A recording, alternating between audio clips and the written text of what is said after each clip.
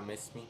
Bro, it's been a long time since I did some type of content like this, but this time I wanted to do it for y'all. So today's video, we are doing Weird and Wicked Wednesday. I know y'all gonna be cheering because some of y'all that have been OGs from this channel. For anybody that doesn't know what Weird and Wicked Wednesday is, it's when I do like crazy, scary, or weird videos that I watch, such as Meat Canyon videos, scary compilation videos, any type of video that is out there, I will react for y'all.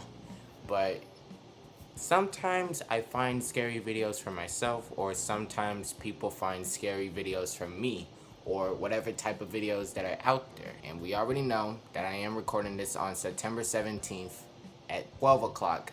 My bad. 12:03. Mostly we are about to be watching 3 scary videos. And I hope y'all guys like this compilation reaction or this video that I'm recording right now. And as for now, let's get it started. I shouldn't be celebrating like this because this shit's gonna be scary as fuck. So the first video that we're gonna be watching right now is YouTubers That Became Murderers by, whose name is it? Chilling Scares.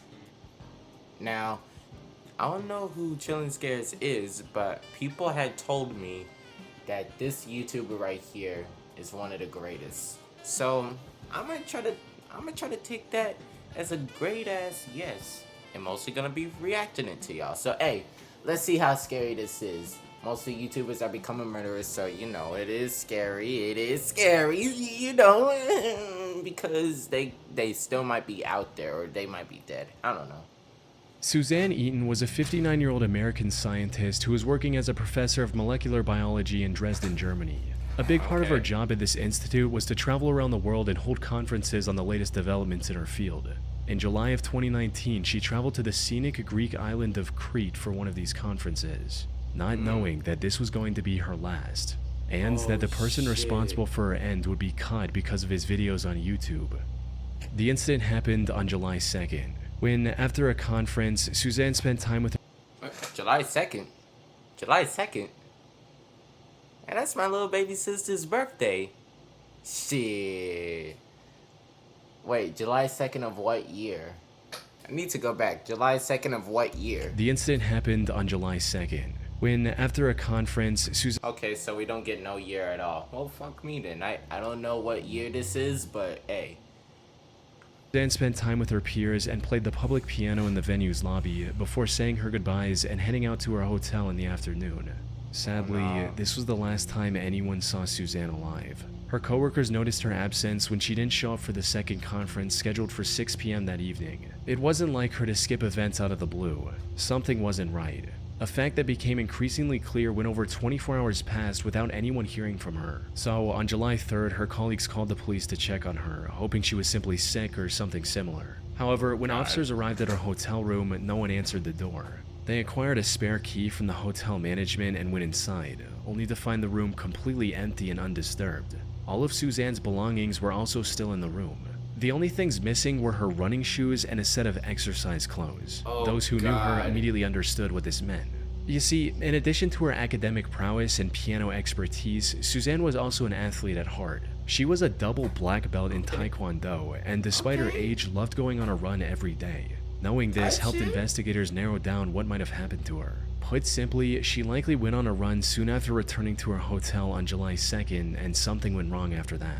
She wasn't super familiar with the area, and to make matters worse, the weather was uncomfortably hot that afternoon.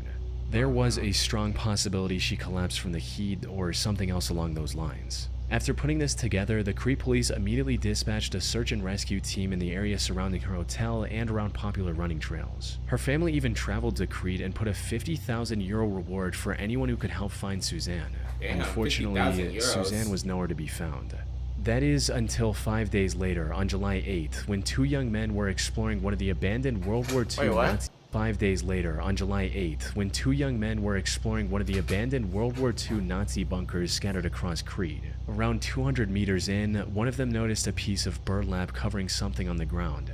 They picked it up from one end to see what was underneath. And what they found was the aftermath of one of the most horrific crimes in Crete's recent history. The burlap was covering the bloody remains of Suzanne Eaton. A later autopsy report discovered that Suzanne had several broken ribs, multiple fractures throughout her body, a missing ear, and much. Oh my gosh. Many more? The fuck you mean many more? Wait, I know y'all hear that correctly. Several broken ribs, multiple fractures throughout her body, a missing ear, and much, much more. Much more. Not many more, but much more. Who would ever do this to this woman? Who would be this dumb to freaking murder her? Oh my gosh. Whatever happened to her certainly was not an accident. The investigators began searching for clues, and fortunately it didn't Yeah, that's for damn sure. That is not no damn accident. That is take long for them to make their first major breakthrough. A set of car tire tracks leading up to the entrance of the bunker. Analyzing these tracks allowed investigators to find the car responsible for transporting Suzanne's remains to that bunker. It belonged to 27-year-old Yanis Paraskakis, a local sheep. Look at his face, man. I just know that he's a murderer. And guess what? Let's see if he is. Well, you know. But when questioned, Yanis feigned ignorance and claimed that him driving through that area on that day was nothing more than a coincidence. He went as far as to say that he didn't even know about the existence of that bunker, a lie that would eventually lead to his arrest. You see, Yanis had a dream to become a successful YouTuber. He started a channel with his own name in 2012 and began posting videos. However, if you go to his channel today, all you'll find are 3 videos of him performing an ancient Chinese martial art and meditation technique called Qigong. That's because a couple days before Suzanne's body was discovered, Yanis deleted every other video on his channel. And once authorities recovered some of these deleted videos, it became clear why. You see, most of these deleted videos involved Yanis exploring abandoned World War II bunkers, including the one where Suzanne's remains were discovered. This contradiction gave the authorities the go-ahead to formally arrest him on July 15. It also allowed them to investigate him further, and the evidence they discovered was overwhelming. As it turned out, the land where this bunker was located was owned by Yanis's family. Investigators also found traces of Suzanne's blood in his car's trunk. When confronted with this evidence, Yanis cracked and told the whole story. According to him, he saw Suzanne running down the road and something came over him. He hit her with his car twice before putting her in his car, driving to the bunker, and ending her life there. Oh my gosh, so a hit and run and then murder after that?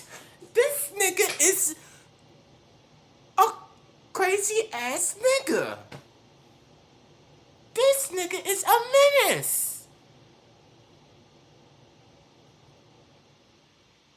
I can't. What the freak? Man, it's already been 4 minutes and I'm already talking about this bullshit, bro. Why would he do such a thing? She was just running. You know, getting some exercise and everything. Mostly we need to get her exercise. She must be walking like a mile, running a few miles, and then boom! Got hit by a car, and then after a few minutes or hours later, got freaking murdered and put into a bunker. Why? What? He later changed his story to where he was compelled to commit this crime by a demon. Unfortunately for him, the jury didn't buy this one bit and sentenced him to life in prison without the possibility. Oh, it was from 2019. Okay, so I could see that it is from July 16th, 2019. So that gotta be, well, it's mostly the birthday of my little baby sister. So mostly, hey, happy birthday to her. She was finally born in like July of the 2nd. Well, why am I talking about my little baby sister's birthday, bro? Shut up, Xavier. Nobody wanna knows. Possibility of parole in 2020. Now, this should have been the end of Yanis' story, but from what I've seen, there's more to his actions than just this one crime he was convicted of. The thing is, Yanis presented his vile act as a crime of opportunity, something he did completely out of nowhere. However, there's evidence to suggest that Yanis might be a full-blown serial killer. For instance, he was apparently detained by the police twice before, once for arson and once for animal cruelty, both of which are well-known early behaviors of serial killers. After his arrest, several other women also came forward, testifying that he had tried to run them over with his car as well in the past. So, Suzanne was more than— This nigga's a menace. Oh my gosh, animal cruelty, and arson, and also hit several women with his car, and then escape. This nigga a menace. What's more than likely not his first victim. However, the most solid evidence against Giannis is in one of the deleted videos he uploaded to YouTube. In it, we can see him showing some very human-looking bones scattered throughout the same bunker Suzanne was discovered in. These bones were never discovered by the authorities, suggesting they might have been removed by Giannis to hide evidence. But what makes this truly disturbing is what his friend says at one point in the same video. This roughly translates into, "Is this where you left that old guy?" Insinuating that Giannis had disposed of one of his previous victims in the same bunker before. And if that is the case— Bro, so that nigga was talking in the background saying, "Is this where you left that old guy?" Dang. So he just said that out loud and that nigga's arrested.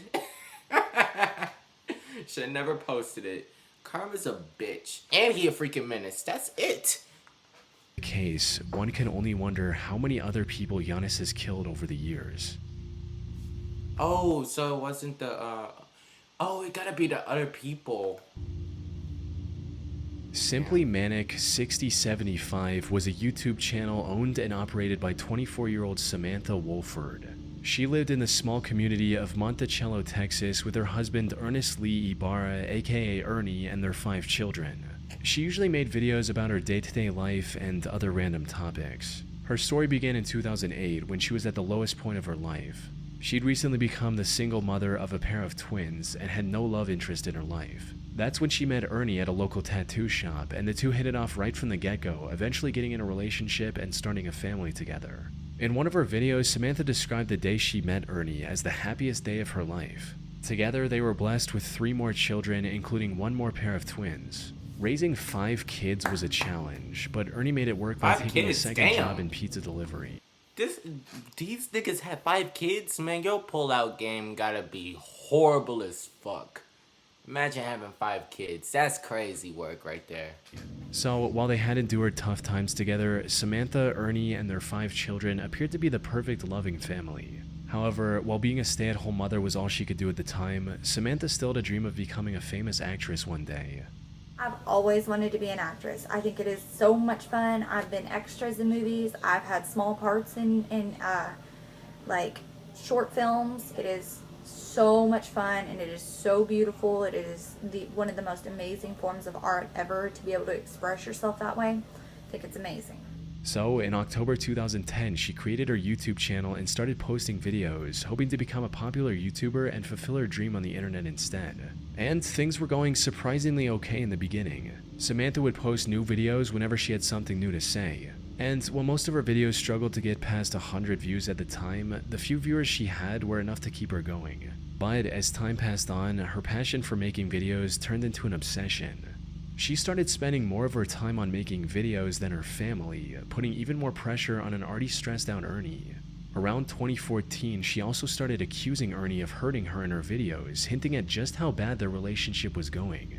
But then, after posting a seemingly random video in March of 2014, Samantha mysteriously vanished from the internet. Maybe she lost interest in YouTube or just wanted to focus on her family again. No one knew exactly why she quit so abruptly. Then, on the 20th of February 2015, viewers finally received the update they were waiting for. Unfortunately, it was far more tragic than anyone could have imagined. It started with the Texas police receiving a call from one of Samantha's aunts asking them to save her niece's life. Coast County 911, what's your emergency? I have a home invasion. My niece is tied up. I am at the verge of untying my niece at this particular moment. Okay, she's tied up. She is tied up and gagged. And gagged? Is that what you said? Ma'am. Is there anybody else there? Where are the kids? We have 5 small infants asleep. Apparently, 3 masked men broke into their home in the middle of the night and attacked the couple while they were asleep. The intruders then tied Samantha in her bedroom, and after hitting him with a gun a few times, kidnapped Ernie. Samantha somehow managed to get her ties loose enough to call her aunt, who then contacted the police after arriving at Samantha's home herself. By the time officers arrived, Samantha's aunt had set her free from the restraints. The kids were fortunately safe as well. Okay, However, what made this whole situation strange was that the intruders didn't take anything else from their home besides Ernie. And from the people who knew him personally, Ernie wasn't the type of guy to make enemies with dangerous people. Put simply, investigators sensed something fishy with the whole situation. But all that paled in comparison to the main objective, which was to save Ernie as soon as possible. Unfortunately, Samantha didn't know anything that could give investigators their first clue. With no other option, the officers took Samantha to the station for further questioning, hoping to extract any useful information they could from her. But what none of them expected was that Samantha would change up her story completely after entering the interrogation room. Where before she didn't know anything about the assailants, now she had the name of a potential suspect, John Rebel. As Samantha's story goes, she was talking to her friend about Ernie's supposed attacks on Samantha, when suddenly a man with the pseudonym John Rebel overheard their conversation and started talking about how a man shouldn't treat a woman that way and that he was going to handle the situation. Well, as it turned out, the name John Rebel actually belonged to someone, a man named Jonathan Sanford. The police found and arrested John not long after Samantha gave out his name, right alongside his two accomplices, Jose Ponce and Octavius Rhymes. Surprisingly, Jonathan put up little to no resistance and immediately confessed to kidnapping Ernie. He also confirmed the worst possible outcome, that by the time the police got involved, Ernie was already dead. The three took him to a secluded forest and executed him with one shot to the back of his head. Oh my gosh. Even after learning all this, one question remained. Why? Why would three men who didn't even know Ernie kidnap him from his home like that? Facts. Why would they even kidnap from his home and then kill him? What did he do? Mostly he's taking care of 5 children. And then these niggas just shot him from the back of the head. Dead! What a crazy world we're living in, man. What was y'all thinking? Every answer to this question pointed back to Samantha, who kept denying any involvement. Even if the investigators ignored her suddenly remembering the perpetrator's name, there were several other suspicious aspects to her story. Like, how was she able to untie herself enough to call her aunt? Why didn't any of her neighbors hear the break-in? And why were the kids all sleeping in the same room, when usually they're scattered throughout the house? It wasn't long before investigators uncovered undeniable evidence of her direct involvement. This included instruction messages she sent to Octavius when the officers were trying to call Ernie's phone, which he had on him. These read, "Kill his phone. Shut that down. God. Bitch phone." There was no doubt about it at this point. Samantha was in colluding with her husband's killers. And as the investigation went on, the real story came out as well. Samantha had apparently become addicted to the idea of becoming a famous YouTuber, and her neglect of the kids became a constant source of fighting between the couple. But instead of resolving the issue like a responsible adult, Samantha colluded with her friend's boyfriend to hatch a cartoonishly evil scheme to get rid of Ernie. They first wanted to plant hard drugs in his car and get him arrested, but later made the heartless decision that taking his life would be much easier. There's also a chance that Samantha went with the murder plan because it would have brought her more attention on YouTube. She was eventually sentenced to 149 years in prison for killing her own husband, leaving her 5 children completely orphaned in the process. Karma's a bitch. Should never kill your husband. Fuck, nigga. Diana Lovejoy was a successful technical writer living in the town of Carlsbad, California with her husband Greg Mulvihill. However, while her corporate job paid the bills, Diana's true passion was becoming a triathlon athlete and documenting her journey on video, resulting in her eventually starting her own fitness blog called Lovejoy Fitness and a YouTube channel by the name of Heavy DJ. She started this channel all the way back in 2008 and over the years used it to document various parts of her life. From meeting her parents after a long time to going scuba diving with her husband. At one point, she even tried to become a cooking show host of sorts. Doesn't that smell nice? Unfortunately, Speaking of cooking videos, chat, let me tell y'all something. Since mostly I've been doing a lot of cooking videos on TikTok and everything, mostly y'all like that so much to the point where y'all be gifting galaxies and everything. So Sunday, I might try to do another cooking live stream, or I might try to post the cooking videos on YouTube just so y'all can see how I cook. And mostly the instructions that y'all want me to to put out there just so I could, you know, have easy cooking and not try to burn down the whole house, okay? I know people out there, they might be doing stupid things when they cook. I will help y'all, okay? I'm a good chef. Gordon Ramsay, suck my dick. I'm more better. Not just playing.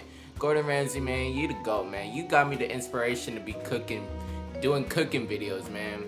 You got me the inspiration to like do some cooking videos, and I gotta be thanking him, bro. Mostly I want to do some like make them premium hamburgers again. You know them freaking. I wanted to make one of those sandwiches, them smash burgers. Sooner or later, we gotta be doing the smash burger video, bro. We gotta be cooking that shit. That's real shit, bro. I wanted to cook that so bad. But only I know how to cook regular burgers. Not smash burgers, though. But soon. It'll be soon, okay? Chat. It will be soon. Cooking with DXP is gonna be a thing. Since you already know Dashi and Corey Kenshin, they doing Cooking with Dashi, Cooking with Corey. I'm gonna be the third who will be cooking with DXP. But I know, I shouldn't be talking about Corey like that. He's just a regular guy. But mostly, I'm a regular guy too. I want to cook something for y'all too, since mostly I wanted to make content as a normal kid. Well, I'm not a kid no more. I'm an adult. I'm only 18. So, it is what it is though. So, sooner or later, we gotta cook something. I gotta cook something for y'all, man. Fortunately, her channel never really took off, forcing her to eventually cut her losses and move on with her life in March of 2012. Or at least that's what it looked like from the outside. In reality, Diana's reason for abandoning her YouTube channel was kind of wholesome. You see, Diana and Greg had been trying for a baby for years by this point. Tragically, Diana had suffered 8 different miscarriages and was quickly losing hope. But then in September of 2012, the two were blessed with a perfectly healthy baby boy, marking an end to their struggle. However, what should have been a moment of celebration started a downward spiral of lies and betrayals, eventually culminating in an assassination attempt. Things started going downhill when just a few months after the birth of their son, Greg lost his job, leaving Diana as the sole breadwinner. The stress of the previous miscarriages, combined with the crushing weight of having to support a family in an extremely expensive city all on her own, spelled disaster for their marriage. It wasn't long before the two were constantly fighting with each other. Things escalated even further on July 9, 2014, when Greg returned home only to see a police officer waiting for him at the door. The officer explained that— Oh no, wait. Oh God, man, my battery's that low. Chat, let me try to be right back, okay? I need to get my charger. Okay, now the thing is charging. Okay, so that's a good thing. Now let's continue with the video. Wait.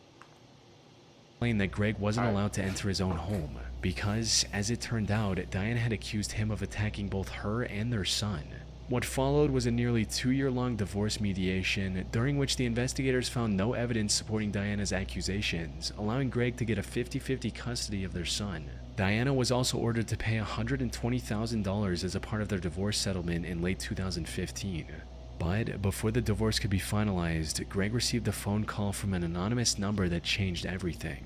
The voice on the other end claimed to be a private investigator Diana had hired recently. And according to this investigator, he already had solid proof of the attack claims Diana had made against Greg. But for some unknown reason, he wanted to help Greg win the case, so he claimed to have left the documents taped to a power pole located on a small hiking trail near Greg's home. Greg naturally found this whole thing pretty suspicious and decided to take one of his friends with him to the pole on the night of September 4th, 2016. Sadly, despite his suspicions, he failed to grasp the true intentions of the strangely helpful private detective. Hello, this is 911. Yes. My friend has just been shot. Do you know who shot him? There's a guy lying down like a sniper. A sniper? Did you see him at all? Briefly, we saw the gun. A sniper? And we shot like 6 or 7 times. When Greg So the reached the pole, assassination a had been sniper successful. opened fire on him, shooting him clean through the chest. Fortunately, the bullet missed his heart by mere inches, giving him a second chance at life. By the time the police arrived, the shooter— Okay, I thought it was successful. I was about to lose my freaking mind if he ever died. Cause, yo, why assassinate the nigga? Bro.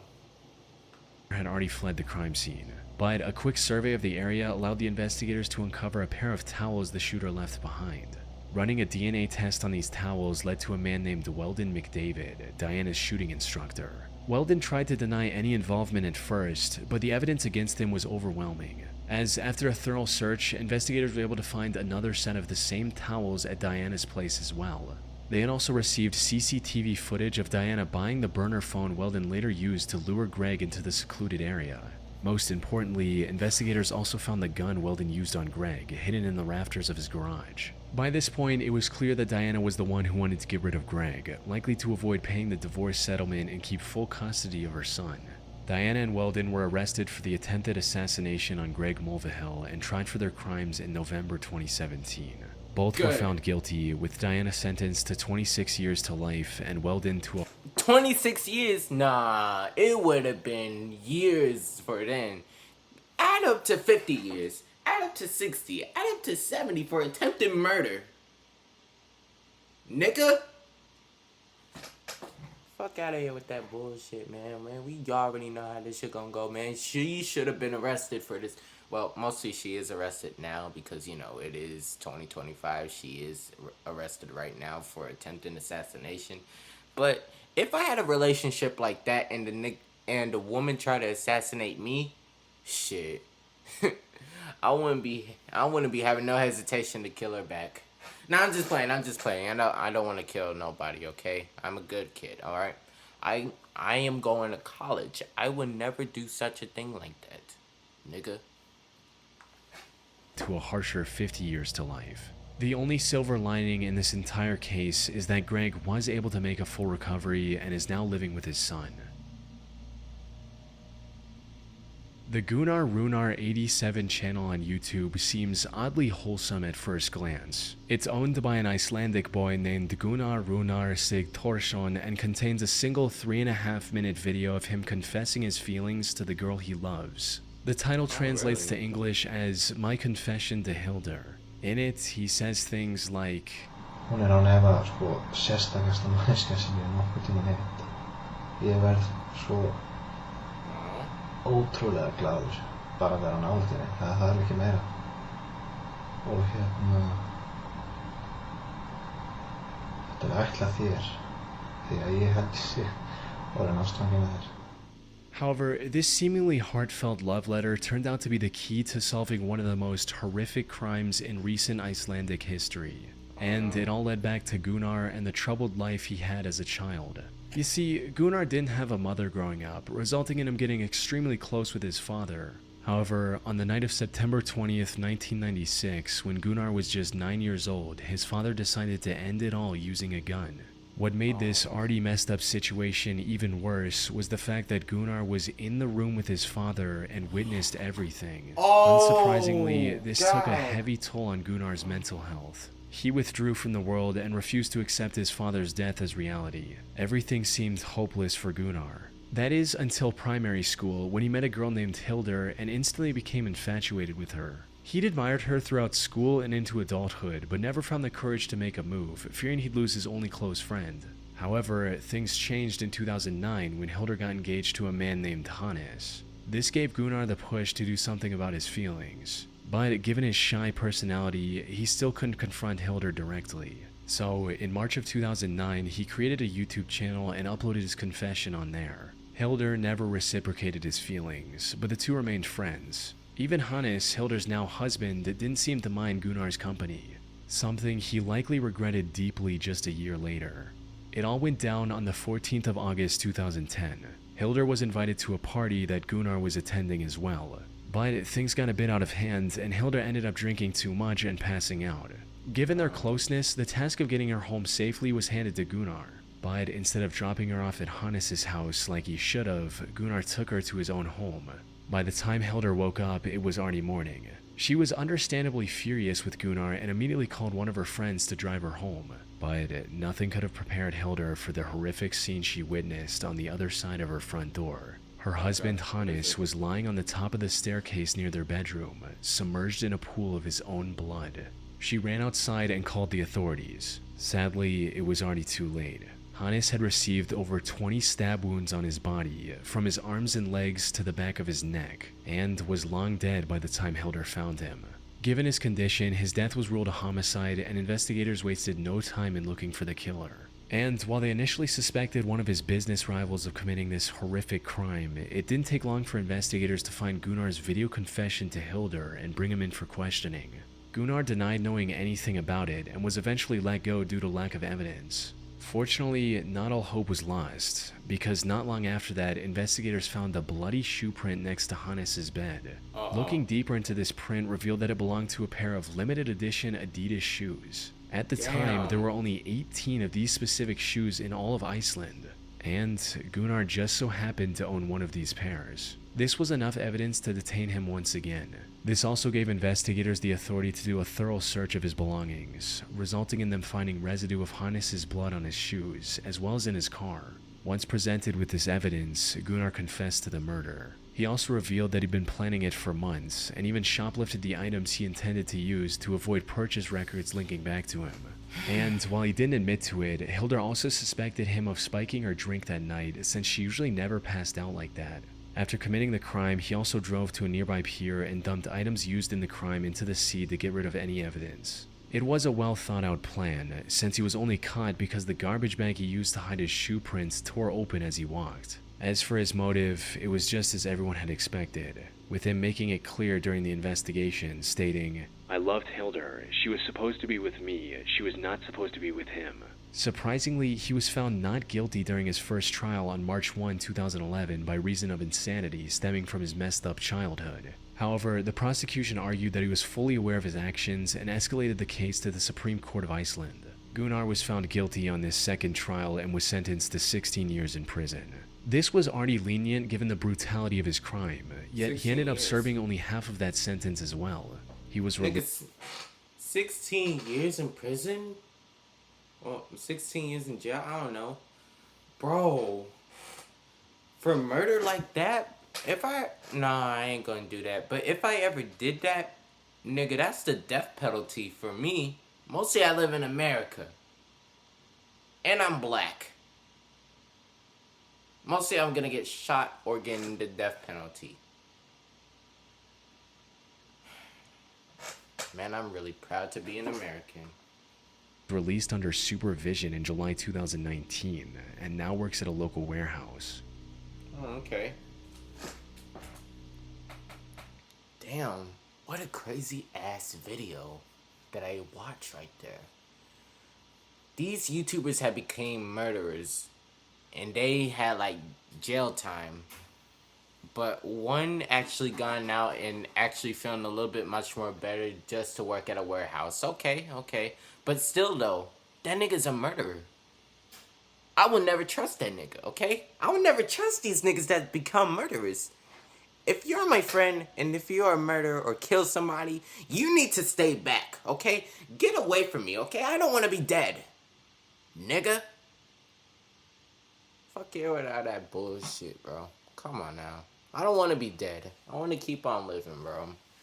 I don't want to die young. I don't. So the next video that we're going to be watching right now is Scary Videos or Are You a Big Baby? Nigga, we is not no big babies, man. The DXP gang, man, deeply experienced people. We are not big babies. We are strong men and women out there. No type of big baby in this bitch ass. Because we go crazy. We go active in this bitch, okay? We are never scared. And that's real shit. But the video was made by Top 5. You can already tell because, you know, the screen is showing Top 5. But it is what it is. So let's play this video, man. We need to stop wasting time. Proud mom Savannah says that she often took her daughter to see her grandmother at the nursing home, and that her little girl always loved those visits. Unfortunately, one quiet night, Savannah's elderly grandmother passed away peacefully in her sleep. The very next morning, just before sunrise, Savannah's daughter wakes up and wanders into her playroom. She sits there in the dark, all alone, playing and just talking to herself. But when Savannah listens closely to the security footage, it seems like her daughter might not have been alone after all. Really?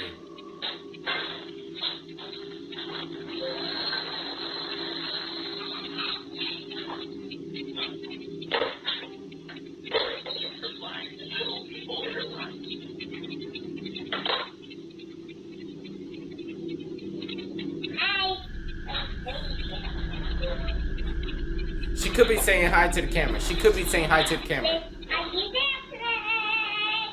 Oh no.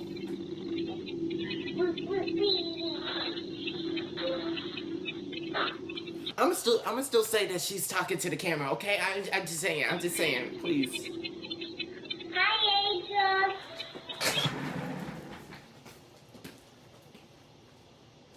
I was wrong. Why did she say hi, angels, bro?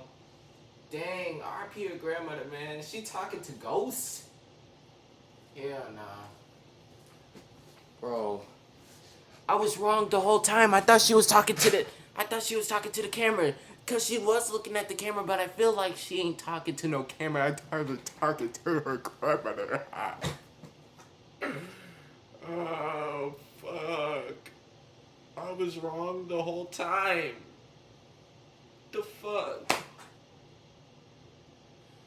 Okay, I need to continue on with the video. It's only been like 1 minute and 15 seconds.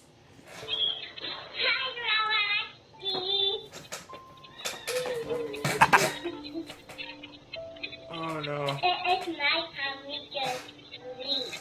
Oh no. And you want to say so now. For a pizza. Oh, the toddler seems God. to be speaking directly to her. Oh God. Oh my gosh, bro. This is just sad. This is just so sad, bro. You're our angel now. You are with Jesus, remember? Dang. She's not alone.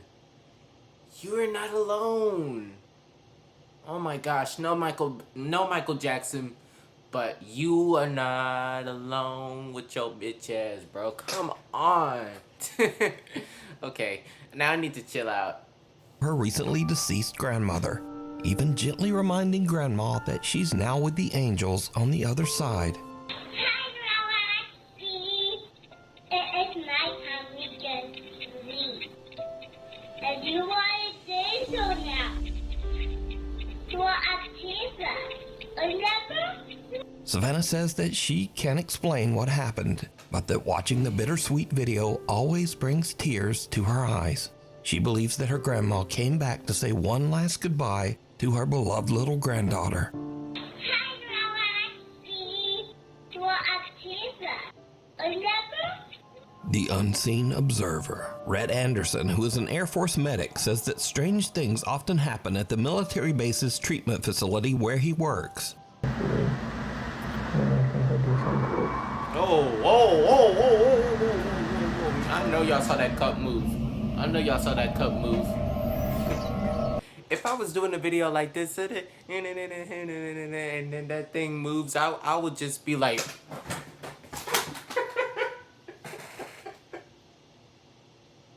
My fucking headphones. Oh my gosh, I need to check the recording. But... I wouldn't be hesitated to look around in the background to see that thing is moving. I would just like... Oh, fuck. I think I turned a little bit too fast. But, yeah. If I ever see those things moving or the printer making sounds, I would be tripping out so bad, bro. Cause yes, I don't even know. In August of 28th of 2025, I recorded a video and the freaking printer was making so much damn noise to the point where I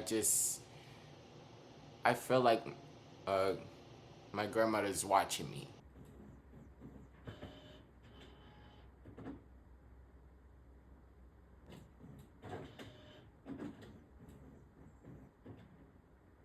Y'all hearing this in the background? Damn, bro. My grandmother watching me making content. That ain't it. Yeah, that ain't One it, late bro. night, Red is sending his wife a Snapchat message when he captures something that is pure nightmare fuel. But yeah, there's that.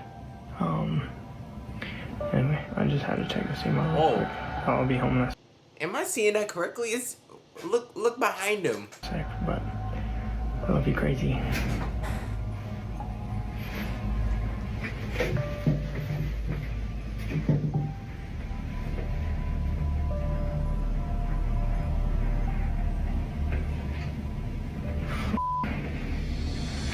Did you see it? I In see the it. doorway across the hall, some strange dark shape seems to peer down from the top of the doorway. Something with two little widely spaced eyes.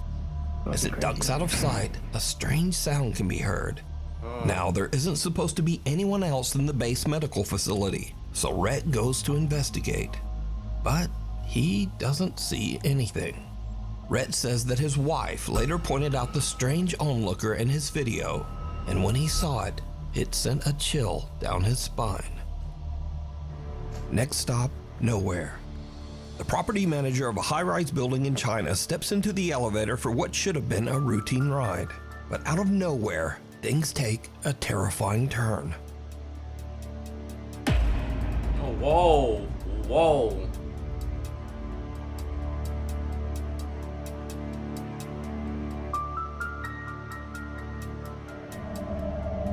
The video is gonna...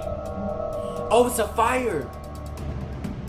The elevator suddenly lets out a loud metallic bang and then slams to a violent emergency stop. I see a little bit of fire. The property over there. manager is a bit shaken, but luckily, he's unharmed. However, there was something more going on here. Did you see it? Yeah, I saw it. In the reflection of the elevator doors, something strange appears, like a pale hand or maybe a long white finger reaching towards the man's shoulder. Fingers. Others say it looks more like a ghostly mist creeping through the small gap in the elevator doors. What are you talking about, man? I saw fire. Let me know what you think. Next up. I will say that that was a fire because mostly that looked like flames. Not no freaking fingers or white fingers, bro. Nah. Or a ghostly type of kind, though. It could be a fire because mostly, you know, that big ass bang in the elevator. It could like lead to a freaking fire or something. So I might just say a fire, okay? I gotta say that. Stop. 3 friends are on a summer trip to Spain, staying in a large high-rise hotel. One night they hop on the elevator to head down to the lobby, but that's when things start to go very wrong. Yo, so this elevator is acting mad weird. We started a few floors up, and... Oh, shit. Oh. Fast forward to 45 minutes later, and the guys are still I think stuck I in the already saw this, elevator right? as the lights flicker and the temperature begins to rise from the summer heat. Alright, so the power is out. The backup, yeah, there you go. The backup generator has been coming on and off. We've been having the time of our lives. And yeah, we're like cooking alive. Now, luckily, the hotel does have a backup generator, but unluckily, the generator seems to be malfunctioning. And here is where things start to get a bit weird, because for some unknown reason, the elevator takes them to the hotel's 16th floor, which is currently abandoned and under construction. Oh, no, look, it worked. What is... Alright, so it's been doing this for a minute. And there's nothing out there. Alright, no, that did something. No. What is going on? Is there someone there? What the? The doors shut again, trapping them inside. But a little bit later, and finally there's a silver lining, as the elevator power seems to come back on. Okay. We're moving. Fine. Thank you. Where are we Oh, going? wait. Stop. No. No. That's the same Oh one my as gosh. before. No. Alright. The power comes back on and the elevator starts to move. But inexplicably, it somehow just ends up back on the creepy abandoned 16th floor. At this point, the friends debate just stepping out and trying to find the stairs. But with the floor completely blacked out and under construction, they decide it's safer to just stay put. And now, over an hour has passed, and the guys are starting to get a bit stir-crazy in the hot, cramped elevator. There you go. I got you. Oh. cooking something. Hey. Yep. Hey. Yep. I gotta pee. Oh, you gotta pee. It's making my bladder. I gotta pee. You gotta pee. I feel like a rapper. Go. I gotta pee. Okay. I'm holding my bladder. Yep. I gotta pee. I don't know what else is going on. I gotta pee. It's making me mad. Going like so. And you're like Bowser. Guys, this is probably the worst thing anyone did. Now, shortly after this clip, power was fully restored and the guys finally made it down to the hotel lobby. Okay. They upload videos of their harrowing adventure on the elevator, but their viewers spot something truly chilling. Oh no. What is Again, did you see it? As the guys are goofing around while stuck on the creepy 16th floor, something black seems to appear behind them and rise up from the floor. I don't even know. That looked like a freaking... But the way that he said it though, something black started moving. just hear it, bro. Just listen. As the guys are goofing around while stuck on the creepy 16th floor, something black seems to appear behind them and something black. But it's a good thing that they didn't investigate it though, because mostly a lot of people are like to investigate a lot of shit, and that pisses me off. rise up from the floor. So just why did the elevator keep dragging them back to that closed-off 16th floor? And why was it shut down in the first place? I guess it's haunted. Most importantly, what is this? Let me know what you think.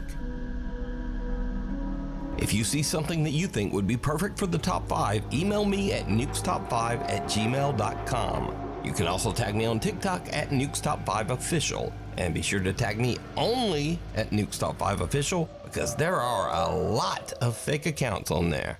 A bolt from the blue. Now, I usually don't post many UFO videos on this channel, but there's something a bit different about this one. Something a little weird and possibly scary. So, on August 5th, Andrew Clifton was walking his dog Dash in the Malvern Hills of Western England. He was shooting some slow-motion video clips of his dog to post to Facebook.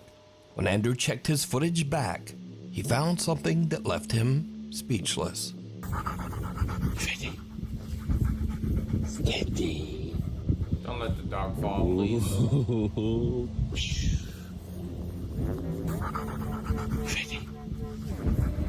Steady.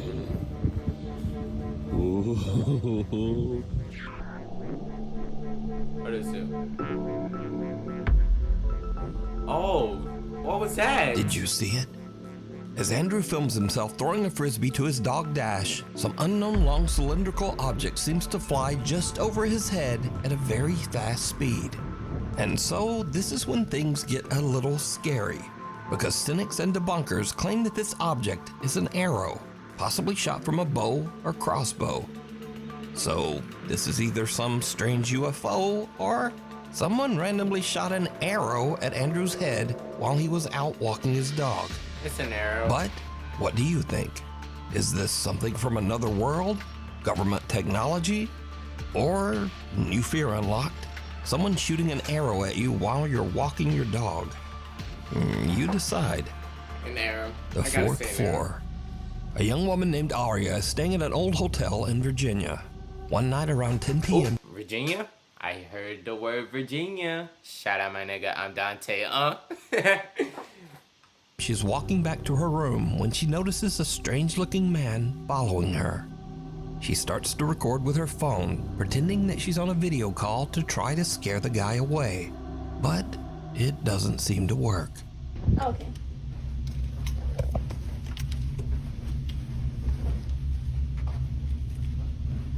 I was recording for my own safety. W, okay.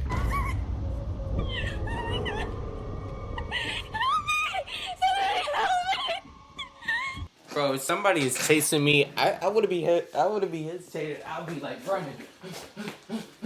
And that nigga's trying to like I stand there. Just be like slap the shit out of that nigga, bro. Don't chase me, bro. Okay? I know I get a fear of like look, mostly I have fear of getting chased at. okay? I don't want to be chased. I wanted to be, freaking... I wanted to stay safe, not get chased, my nigga. Like, why are you chasing me for? What are you chasing me for? Do I got a nice booty? Oh! Pause. But, what is it? Why are you chasing me? People are weird, to be honest.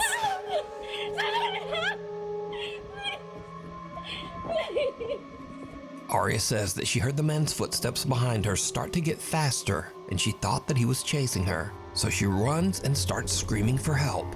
But now this is when things start to get weird, because viewers begin to notice that if you slow down the video at a couple of key moments, no one can be seen chasing Arya. Oh. And so now we cut to a completely different TikTok account, one made by a guy named Tony, who is a maintenance worker at this. Oh, you know how this shit gonna go. Tony, bro. Shit.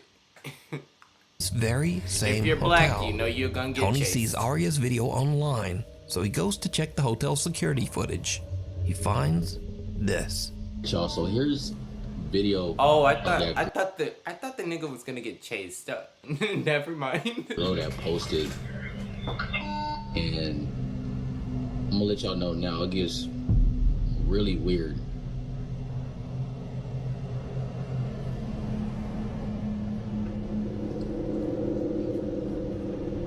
It's like she acting like she's running from something or hiding from something. Oh no. But there's literally nobody else in the frame. I think she was... Like she tweaking. I should say that she should be tweaking, but I think the footsteps is kinda suspicious. She should... I think she did got chased by someone, to be honest. I think she ain't tripping. And the elevator door is not even closing.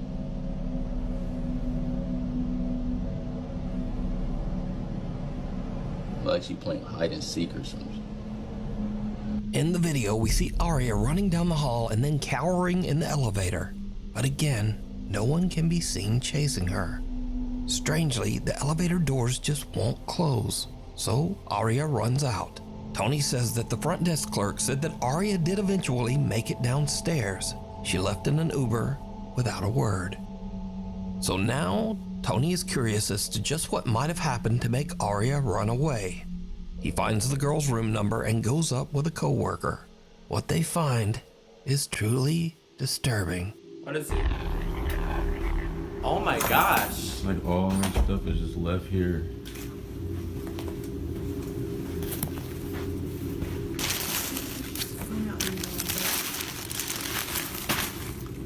It's crazy.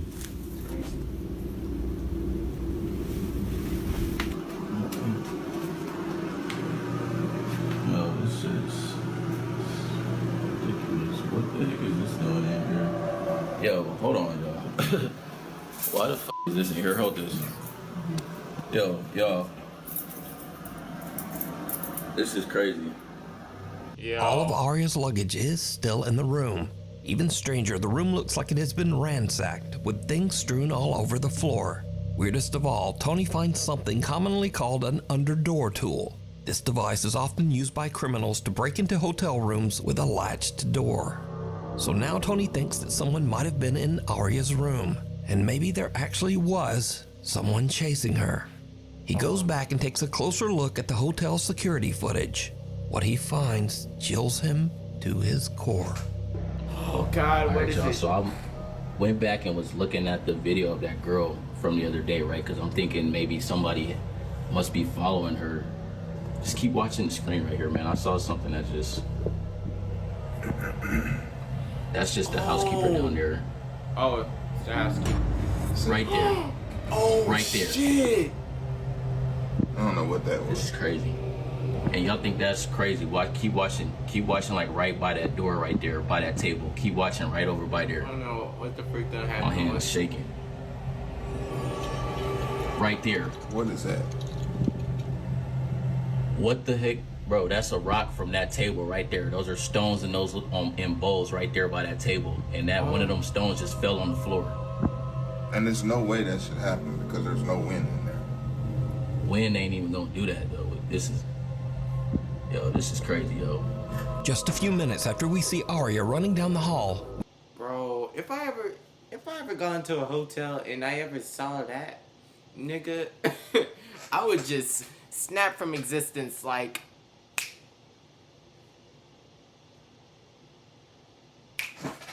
And then, yeah, I feel like that shit was gonna happen. So, you know, it is what it is, though. I'm mostly gonna be disappearing. Shit, I ain't trying to see no ghosts tonight, bro. We can see a strange, unexplained shadow that seems to speed off down the hallway in the same direction. Shortly afterwards, a stone from a nearby decorative bowl mysteriously launches off the table and lands in the hallway floor. Now, Tony says that he doesn't know exactly what happened here. He says that he has never experienced anything like this while working at the old hotel, but he has heard strange, unexplained sounds from time to time.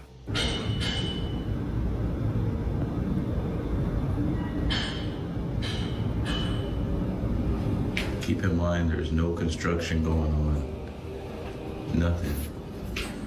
So was some real person with bad intentions chasing Arya? Was this something supernatural? Or is it all just a very elaborate hoax? As always, you decide. Supernatural. Unleashed. A couple in West Virginia owns a little pet shop, and they usually let one of their older dogs wander around the place. But one morning when they come in to open up, something seems wrong. The dog isn't his usual happy self. Instead, he's curled up in his bed, trembling, and absolutely refuses to come out. The shop owners are worried and they check the security cameras to see what might have spooked the little dog. They find something truly bizarre.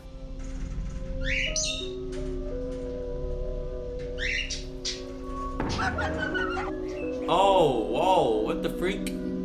At around 11:30 p.m., the camera shows the little dog wandering aimlessly through the dark pet store. Suddenly, out of nowhere, something seems to actually launch the dog sideways, hard, almost as if he was kicked. Thankfully, the pup wasn't seriously hurt. But was this some weird freak occurrence? Or does the pet shop have a guest that no one can see? Next up, a guy named Angelo says that some seriously strange things have been happening in his house in Tenerife, one of the Canary Islands of Spain. Angelo says that one night his dog Nala started acting very weird, as if something had given her a serious scare. Curious and a little worried, they decide to check the security footage. What they find is downright chilling.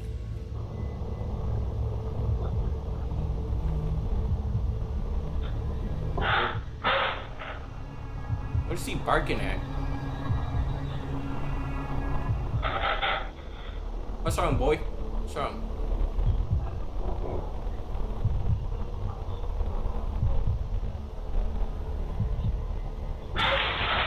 Oh!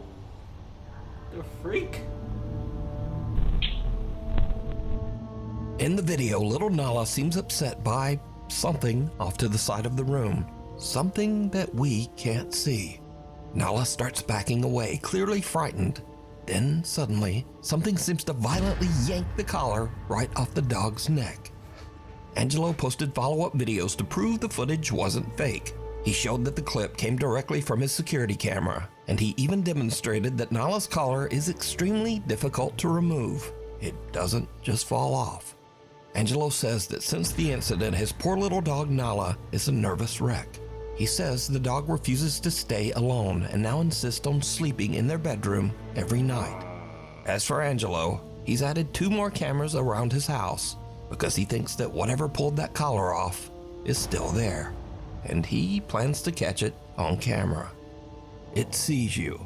It seems that both children and adults have long found the animatronic robots at Chuck E. Cheese pizza restaurants to be a bit nightmare-inducing.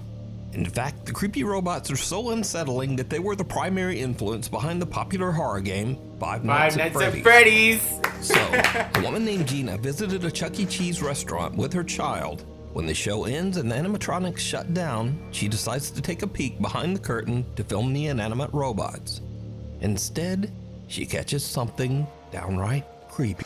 Bro, it doesn't matter. The animatronics are nostalgic as hell, bro. Nothing would scare me with those animatronics. Those are nostalgic as hell, man.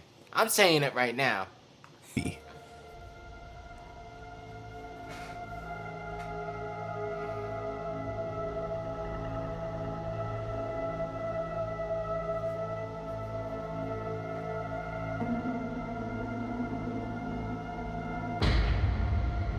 One of the animatronic robots suddenly looks straight at Gina with a wide-eyed stare, almost as if it caught her spying on them.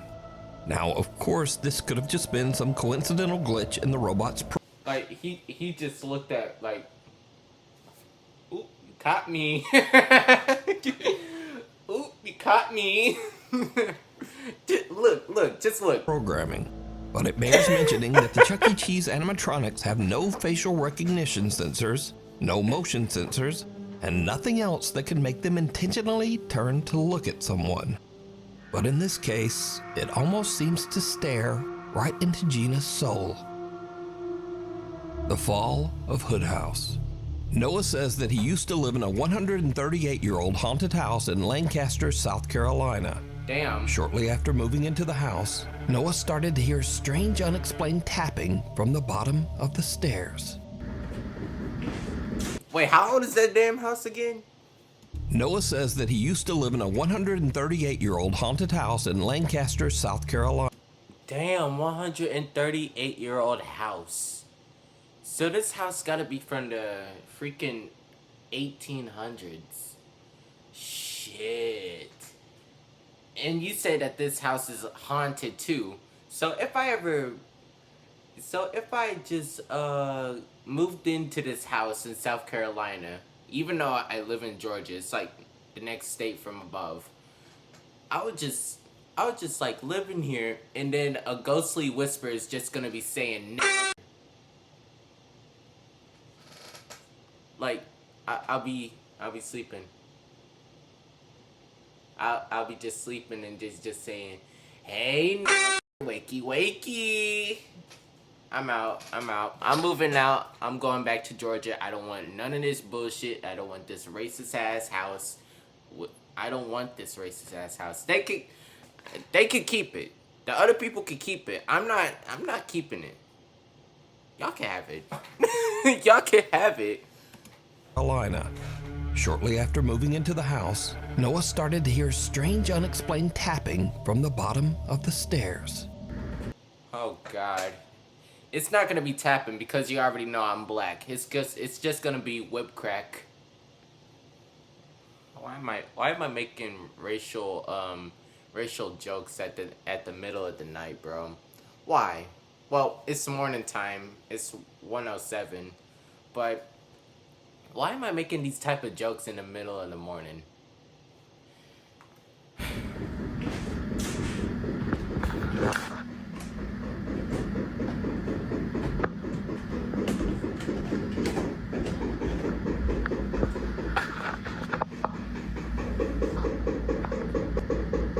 Hello?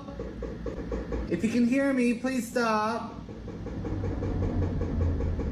Nigga, not Why are you gonna going stop. faster? Nigga, not going to stop. Oh my gosh. Oh. Oh, no. This is more or less really creepy, like late at night when it happens. During the day, I can walk down here and it's like, okay, it's creepy during the day too. Calm down, girl. It's going a little bit too fast. Noah says that the old house was previously inhabited by the Hood family, who all met a tragic fate inside the home. Judson Hood, the original homeowner of the house, built in 1887. So I went on Ancestry. Damn, 1887? I go and pay the $19.99, whatever fee it was, and I get all of this dude's family tree information. But pretty much this document up here talks about Judson Hood's death. As it would turn out, Judson was not the only one that died in this house. In fact, every single family member died. Mary Pogue Hood, his wife. Even weirder, Noah finds out that Mary Hood passed away on the exact spot where he often hears the creepy, unexplained tapping. So all that knocking sounds that you hear in the previous videos mostly occurred right here at the bottom of the stairs, and that turns out to be the location where Mary fell down the stairs, was immobilized, and then eventually died. As the weeks wear on, Noah starts to get a bit accustomed to the ghost that he believes to be Mary Hood. He even becomes a bit annoyed by the nightly tapping. Mary.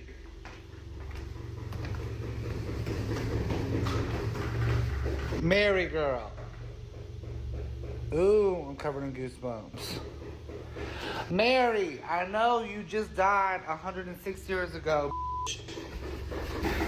Give it up, Mary. I'm not giving up. I'm not gonna give it up. I'm still gonna be Come on, typing. Mary, for real. You done said your fucking piece 106 times. Die. Go to the grave. But apparently, the spirit in his home took that personally.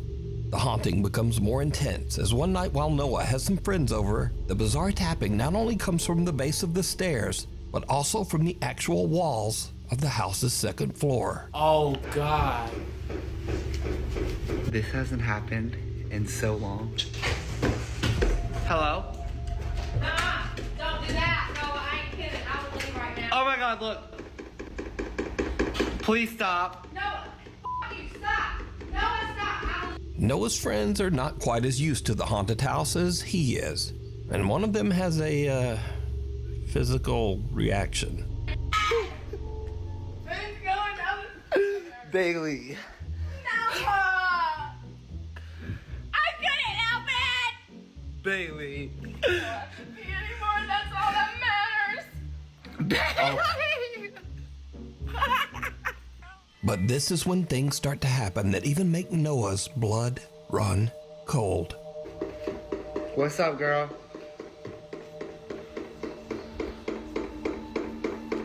Are you trying to say something? Or are you just trying to keep annoying me?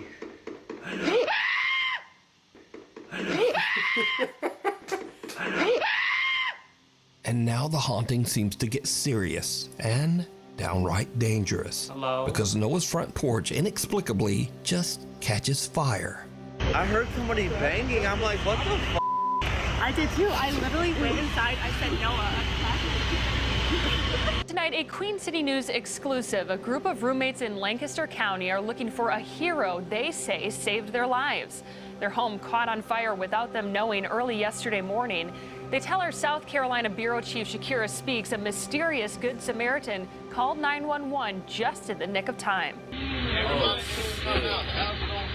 Those are words you never want to hear, and the roommates say if it weren't for someone driving by, they would have never heard those words either. Homeowner Noah Heaton says it was a normal night for him and his roommates as they were all preparing for bed, but they weren't prepared for what would happen next. I woke up at...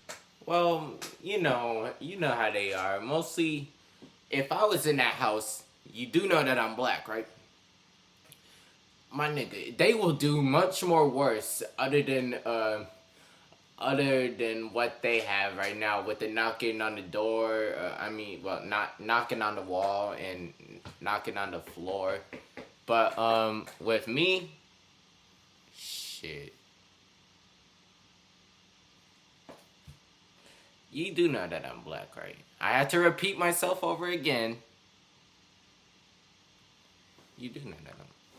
At about 1 a.m., They'll do much my more roommate's worse. yelling at me, thinking someone's breaking in the front door.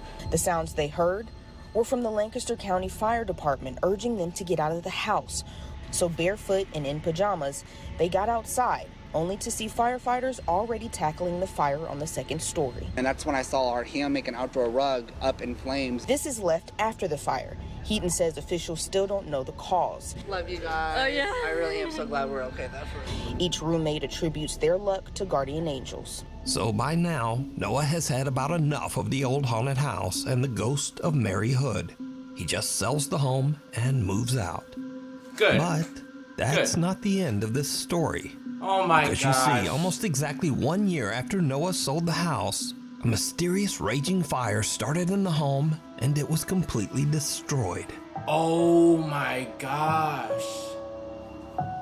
So if the nigga haven't moved out, then that nigga will be dead. Oh my gosh. That's You guys, crazy. I'm still in shock that this house burnt to the ground after 3 years of my blood, sweat, tears, and literally my entire bank account poured into this house for it to burn a year later was insane to me. Now, regarding the second fire that resulted in the total devastation, again, I had moved out, so I don't know much details about this fire other than the family was in the home when it started, and guess what time it started? 3 a.m. Thankfully, the family of 4 who were now living in the house made it out without any injuries. Now, after researching this fire, I can confirm that weirdly enough, the fire department does say that it started right around 3 a.m., just as Noah said. And the local fire chief says that the cause of the fire is currently unknown. Shadow in the snapshot. A young woman named Keeney says that while on a trip to Mexico, she took a photo of her 3 friends with a disposable camera. When she had her photos developed, she was shocked to see a mysterious extra person in the background. Who is it? Oh man, I see it. It's a black shadow. Ugh!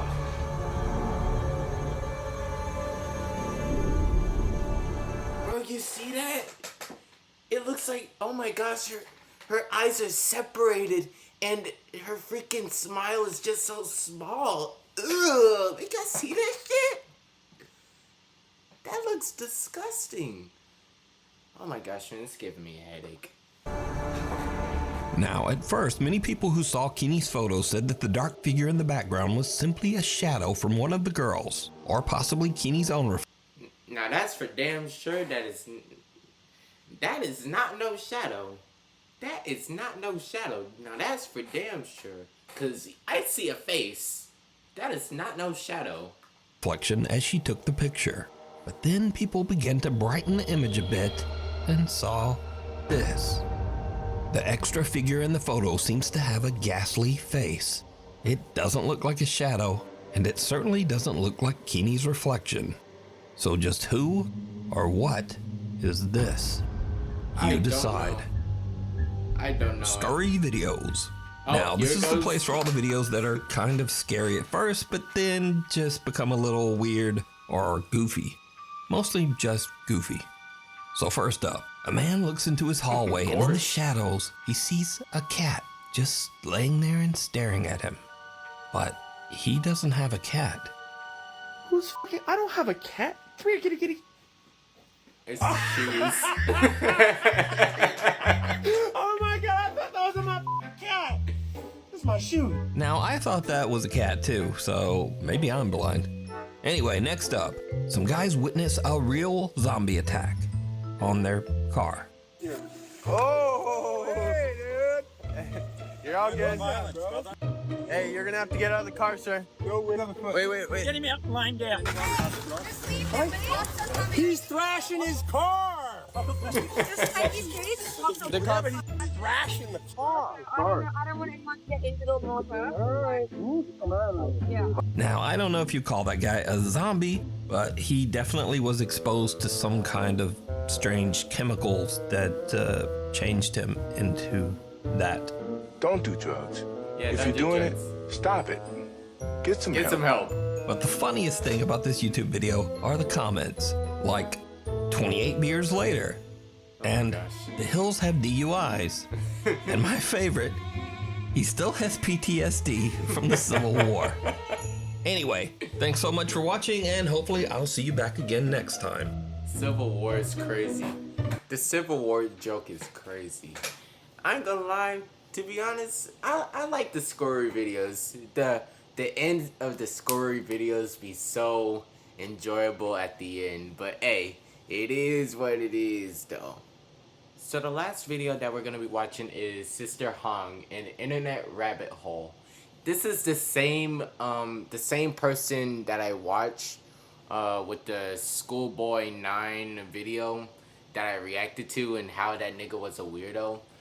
This one is a little bit much more different. So, hey, we're about to be watching this right now. Sister Hong, let's get to it. Sister Hong's online dating profile was unsettling, but also effective. With her signature appearance involving white makeup, red lipstick, and sometimes a mask, thousands of men matched with her and they immediately went back to her apartment. But something wasn't right. Sister Hong had very strange rules, like forcing the guys to pay for her services with fruits, vegetables, and random items instead of money. For example, Really? he paid with a watermelon, and this... So you're telling me if I bring a whole freaking... Nah, You know what? Forget it. I'm gonna say it because I say what I say. I say some crazy shit all the time. So if I bring a whole with me, she's going to accept that. That sounds like a good idea. Just playing. I'm just playing. I ain't gonna do that shit. I ain't gonna do that. I don't even know where Sister Hong is at right now. She could be living. She still could be living in 2025. We just don't know yet. This individual brought a half-empty container of cooking oil. It was also concerning that she forced them to keep the lights on during all of their intimate encounters. Really? This man was confused and repeatedly tried to turn the lights off, but every time, Sister Hong would just go back over and switch them back on. Disturbingly, the men had no idea why she was doing this. Sister Hong needs that light to do the recording, bro. Without the guys knowing, she secretly recorded all of their private interactions on hidden cameras. Really? And then afterward, she uploaded and sold their videos on the internet. Dang. Between the years 2022 and 2025, Sister Hong would go on to record her encounters with hundreds of men and charge viewers $20 a month to watch the content in private chats like Telegram. Her internet business would become so lucrative that she apparently got rich doing this and also benefited from hundreds of those gifted fruits, vegetables, and household items. All of this is pretty insane, but unfortunately, this is just the very tip of the iceberg when it comes to this disturbing internet rabbit hole. As both the police and internet users continued to investigate, this would eventually become the #1 most viral topic across all of Chinese social media in July 2025. It eventually spread internationally as well, but it was always a focus in China and the local area in Nanjing, where Sister Hong was based. The leak. Let's check out the leak. The overall video selling operation remained a secret for the first few years, but then, suddenly, one of the paid subscribers decided to leak the content. It was quickly reposted all over social media, and this tweet basically sums up everyone's reaction. Almost the entire library of videos was released, including completely uncensored faces and bodies of hundreds of different men. As the videos blew up, users began to recognize the men who had their faces plastered all over social media, and this led to some rather extreme consequences. They were now being recognized by coworkers, friends, family members, and sometimes even their wives who they had just cheated on. This TikToker was recognized by his viewers when someone sent an image and replied, "This one looks a lot like you. It's really him. Especially the eyebrows are exactly the same." What makes it even worse is that he was a father and husband and had just recently posted a TikTok of his son to his 1.1 million followers. He was not the only one who got exposed in a committed relationship though. This man, who was nicknamed the Jacket Guy, got a lot of attention because people thought he was attractive, but he would also get his life turned upside down when his girlfriend saw him featured in the videos.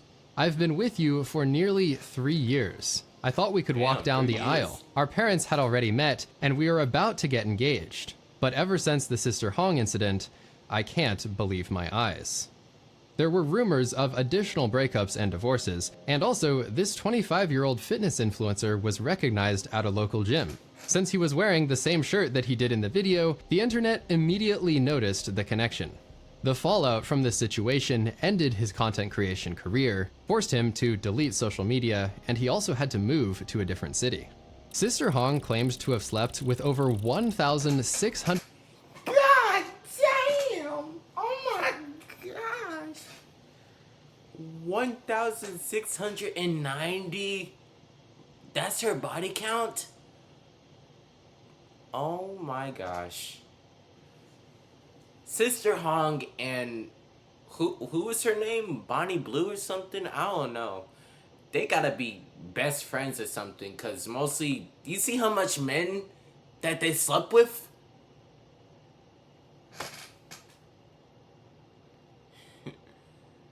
Shit, that wouldn't be me though. I'm not one of these niggas, man. I'm not one of these niggas. That wouldn't happen to me though. 190 men, and this was making headlines. But in addition to that, internet users were also starting to recognize certain details in the videos that made them even more off-putting. The strange gifting process was drawing a lot of attention because it was potentially a way to avoid breaking the law by paying with real money. A bit of a feudal vibe, right? Paying for the service with vegetables. For those who get the following references, other comments read Smart Schoolboy 9 Bonnie Blue arc, and this would easily... Bro, that's what I'm saying. That's what I'm saying. The freaking Bonnie Blue, bro. Bonnie Blue's Chinese best friend. That will be a great title for the Weird and Wicked Wednesday video. Bonnie's Blue. The Chinese version of Bonnie Blue. That will be a good ass title. Ooh, and that will be the thumbnail too. Sister Hong. Easily be a Black Mirror episode. Many users were also confused about how she managed to pull so many men, given her unusual appearance and behavior. How did that happen with looks like that? She looks like the protagonist of a horror movie. Her appearance was also contrasted by the perceived attractiveness of many of the men, as some of them were relatively young and in good shape. People just couldn't understand why they would be interested in the first place, but in fact, some of them came back to participate multiple times. This guy was even nicknamed the 4 Seasons brother because he would come back 4 times a year during each season. All this discussion and drama made the videos even more popular on social media. By this point, it also became clear to the public that these videos were not recorded with the permission of the men involved. This was being assumed prior to the leak, but now the men who were getting exposed were obviously coming forward and stating that they never agreed to be filmed. The investigation. As people began to dig deeper into the videos themselves, rumors began to circulate because of Sister Hong's very strange behavior. She always remained fully dressed and often wore a face mask. Users picked up on this and began to suspect that she might be hiding something. With all of the illegal and unethical stuff aside, there was just something odd about her mannerisms and the way that she moved in the videos. And then, at one point, she turned directly to the camera and did this. 如果我跟他说我是男孩子，不知道他愿不愿意玩，用不用跟他说一下？ This entire time, Sister Hong was a man, disguising himself with an elaborate wig, 300 pounds of makeup, and a mask. Some people speculated that he was actually a 60-year-old grandfather, but since nobody had his real identity, there was no proof. Regardless of his age though, the simple fact that he was a man opened the door to so many questions, and he was even given new nicknames such as the Red Uncle instead of Sister Hong. One of the most contentious online debates was about whether or not the guys were actually falling for the disguise. It seemed that some of them knew Hong was a man, but there were also clips like this, where the guy just got up and left after he found out. Notably though, he decided to return after just a few minutes, and it seems that he's not the only one who found out and still decided to continue. This Reddit user commented about how another individual discovered his package, but then Sister Hong responded with, "Don't talk nonsense, it's just swollen." Overall, stuff like this, in combination with the earlier clip of him talking to the camera, saying that it's just swollen, meaning that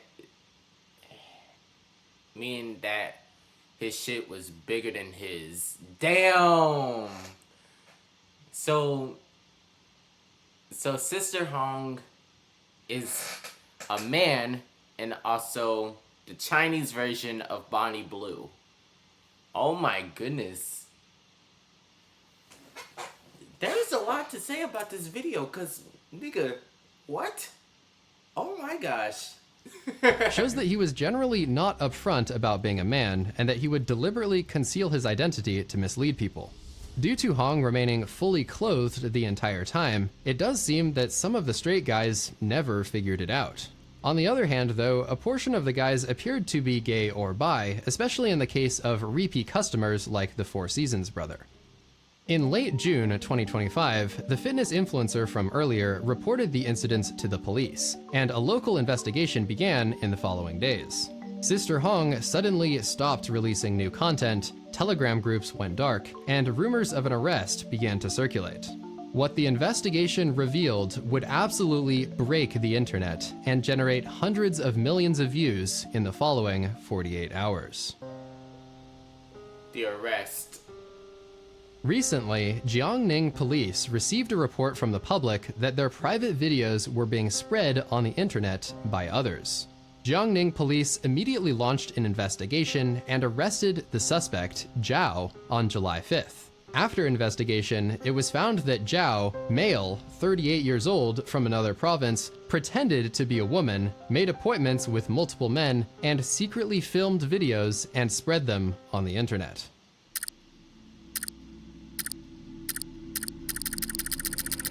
Oh my gosh. Oh, added bro. This topic was already kind of popular on social media, but when the police report went public, that was the moment when things really took off. It quickly became one of the most explosive trends of all time on Chinese and international social media, with some even saying it was the trend of the year or something like that. Much of the content included a Sister Hong filter that put you inside the infamous apartment room, and it became a trend to dress up like Zhao and start dancing to random sounds on TikTok. There was a particular dance that he did in one of the videos, so of course, people wasted no time in recreating it. Others posted AI-generated videos showing world leaders visiting Sister Hong, including Donald Trump and Xi Jinping. A Vietnamese play had a Sister Hong lookalike make a brief appearance, drawing loud cheers and applause from the audience.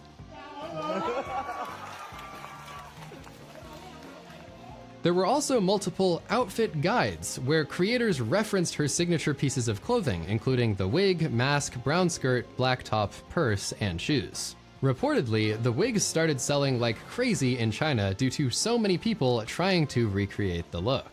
I was honestly surprised to see this given the connotations of the story, but even large brands started jumping on the trend, with examples like this Duolingo tweet, which now has nearly 11 million views. Oh my gosh. I won't continue on with the complete list of all of the memes, but here are a few more to illustrate just how popular this sort of thing was in July 2025.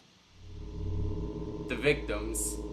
Oh gosh. Unfortunately, this new wave of virality only made things worse for the victims, because every 5 minutes, another person would drop a TikTok edit of their face and send it out to the world. It seemed that the creators had no regard for the victims' privacy, and some videos Even the niggas! Oh my gosh! Oh god.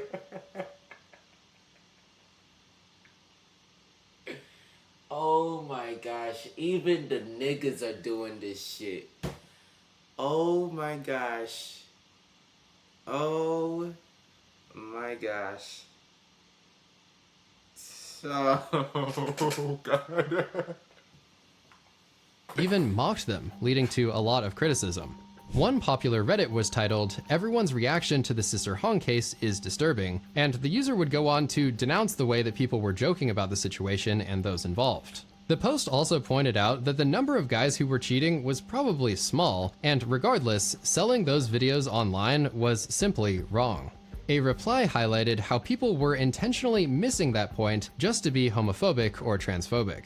Most of the videos on YouTube were also done in poor taste and without any censorship, and they have been understandably criticized by the top comments, saying no one deserves to have their privacy violated like this, while literally showing uncensored videos of the victims. Like most things on social media these days, everything that is popular gets replicated. Concerningly, in this case, Zhao's business model inspired copycats who wanted to do the same thing he did. One of them tried live streaming his attempt, but it seems that he failed pretty much every time, and the men got really angry once they found out that he was not a woman. Widespread consequences. With all of that insanity aside, the widespread consequences of this entire story should not be overlooked. Hundreds of people had their privacy violated, but perhaps the worst potential result is the spread of disease, as seemingly none of the people involved ever used protection. There were rumors that Zhao had HIV, so the CDC started offering free testing to anyone who had contact with him. Although the police did say that Zhao's claim of 1,690 men was exaggerated, they also said that nearly 250 people may have still been infected. To make matters worse, many of the men who cheated on their wives may have unknowingly exposed them too. The authorities involved have not revealed any testing results to protect individual privacy, but the legal penalties could be extreme if they determine that Zhao knowingly caused harm by spreading disease. In China, this is considered endangering public safety by dangerous means, and this is punishable by up to life in prison, or potentially even the death penalty. Zhao may be able to dodge certain charges because he only took weird gifts instead of cash for his services, but it still does seem that he will be stuck with plenty of other offenses like distributing obscene materials and fraud. Today, as the internet slowly moves on and stops talking about this story, hundreds of lives are left permanently altered, and Sister Hong himself could potentially spend the rest of his life behind bars. If you're interested in watching another one of my videos, I recommend this one covering the deadliest shipwreck of all time. And yes, it was a whole lot deadlier than Titanic. Thanks. Oh, wow. You know what? Hey, sooner or later, next Wednesday, we gotta react to that video. So, hey, real stuff though. This is one of the craziest videos that I ever watched in my entire life. 3 videos? Shit, y'all got me at the greatest time at 1 o'clock, bro. 1:35. But anyway, hope y'all guys like this video that I did create here. This reaction video was one of the best reactions that I ever did in my entire life. Well, not really in my entire life, but this entire video to be exact. And also, I think y'all might like this video too, because I know this video is a little bit long, but I know this shit will be so much funny because I'm here with y'all just making conversations and watching this on a Wednesday because we're the Wicked Wednesday. That's where we all spend time as a family and doing this shit. So hey, hope y'all guys like this video. If y'all want to join the deeply experienced people, remove the E and add an X into it. Deeply experienced people, make sure you like that, and also go subscribe to Devonetavious and Devonetavious Gaming. And as for now, 19.